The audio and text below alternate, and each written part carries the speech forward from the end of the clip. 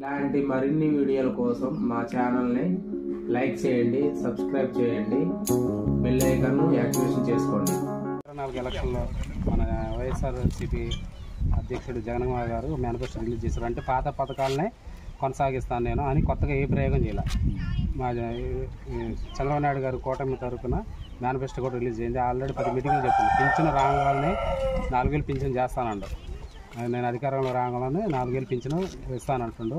అలా జగన్ గారు అయితే 2028లో 29లో 250 మాత్రం పెంచుతాను, నేను ఇప్పట్లో పెంచను అని కరాఖండికి చెప్పేశారు.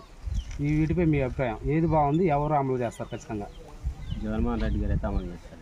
ఎందుకనంటారు నమ్మకంగా? పోయినసారి గెలిచారు ఆయన చెప్పినట్టుగానే ఆయన మాట ఇచ్చిన. అంటే ఆయన ఇప్పుడు గెలంలో 4000 పింఛన్ అంటాడుగా, అది ఏప్రిల్ నెల నుంచి, పోయిన నెల నుంచి కూడా అంటాడు. ఇంతకుముందు 15 సంవత్సరాలు చేశారు, చెప్పారు కొన్ని, అవి అమలు చేయలేదుగా. అంటే అవి అమలు చేయలేదని ఇప్పుడు వీటిని నమ్మరు అంటారు. నమ్మరు కదా. జగన్ గారు ఖచ్చితంగా అమలు చేస్తారంటారా? 250 రూపాయలు అంటే 3000 పింఛన్ చేయడానికి కూడా 5 సంవత్సరాలు పట్టింది. ఇది ఒక సంవత్సరానికి 500 పెంచుకుంటూ పోయారు. ఆయన చెప్పింది అలానే కదా. అలా చెప్పిండు కాబట్టి అలానే పెంచిండు. మరి ఇప్పుడు ఓటర్లు అందరూ పింఛన్దారులు 4000 ఎక్కువ వస్తాయనే ఆలోచనల మీద ఓటేరు అంటారా జగన్ చంద్రబాబు నాయుడికి? ఏరగా. ఎందుకని అంత నమ్మకంగా? అంతకుముందు చెప్పినట్టుగా చేయలేదు.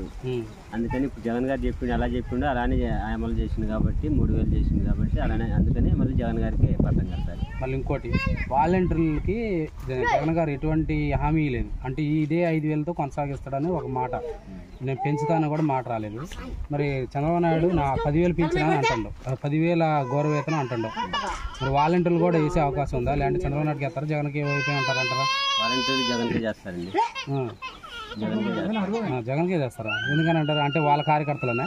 కార్యకర్తలని కాదు కదా. ఇప్పుడు అంతకుముందు చంద్రబాబు నాయుడు గారు ఏమన్నారు, వాలంటీర్ల వల్ల ఇబ్బంది, వాలంటీర్లు అది ఇంటింటికి పోయి ఇలా ఆడవాళ్ళని ఇది చేస్తున్నారు, అది చేస్తున్నారు అన్నారు. అంటే ఒకళ్ళే చేస్తున్నారు, దానివల్ల అందరికి పేరు వస్తుంది అని అన్నట్టుగా. ఒక్కలేదు కదా, అందరిని అన్నాడు, అందరిని అన్నట్టే కదా.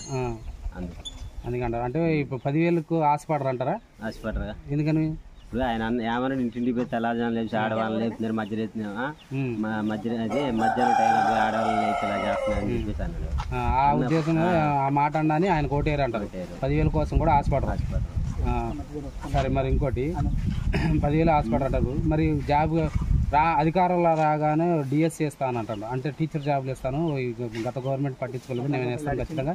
తొలి సంతకం డిఎస్సి నిరుద్యోగుల మీదే అంటాడు చంద్రబాబు నాయుడు. అప్పుడు 15 సంవత్సరాలు ఇచ్చిందా? ఇచ్చారా? అప్పుడు ఇచ్చారా? అప్పుడు కనీసం ఆయన 2 డిఎస్సీలో నిర్వహించాడండి, టీచర్ జాబ్లు ఇచ్చాడు, 2 సార్లు ఇచ్చాడు అప్పట్లో.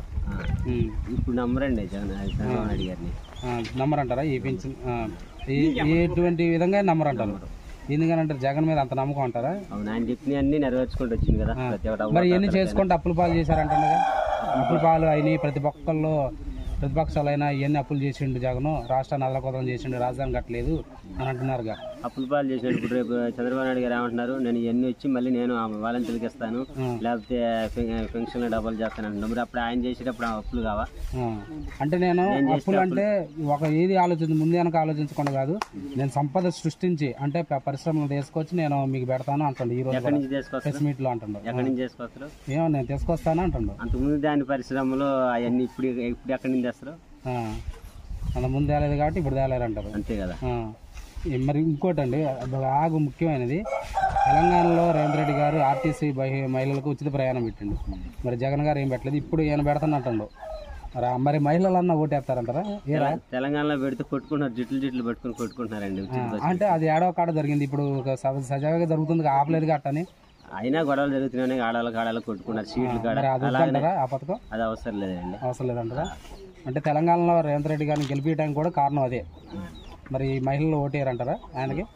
ఎందుకంటే మహిళలకి ఇప్పుడు 45 సంవత్సరాల నుంచి దాటిన వాళ్ళకి 18,000 వస్తున్నాయి. నెక్స్ట్ మిషన్ కుట్టుకున్న వాళ్ళకి టైలరింగ్లకు వస్తున్నాయి. ఇంకా మహిళలకి వేరే విధంగా లోన్లు అవి వస్తున్నాయి, రుణమాఫీలు వస్తున్నాయి, డ్వాక్రా రుణాలు, ఇవన్నీ ఉండగా ఇంకా ఇవన్నీ వదిలిపెట్టుకున్నట్టు వేస్తారా? అంటే ఆర్టీసీ బస్సులో ఉచిత ప్రయాణం పెట్టినా ఓటేయారంటారు. మొత్తానికి అయితే చంద్రబాబు నాయుడు నమ్మరా జనాలు? ఏపీ ప్రజలు నమ్మరు, మళ్ళీ జగనే నమ్ముతారు. జగన్కి ఓటేస్తారు అందరూ. ఓకే అండి, థ్యాంక్ యూ.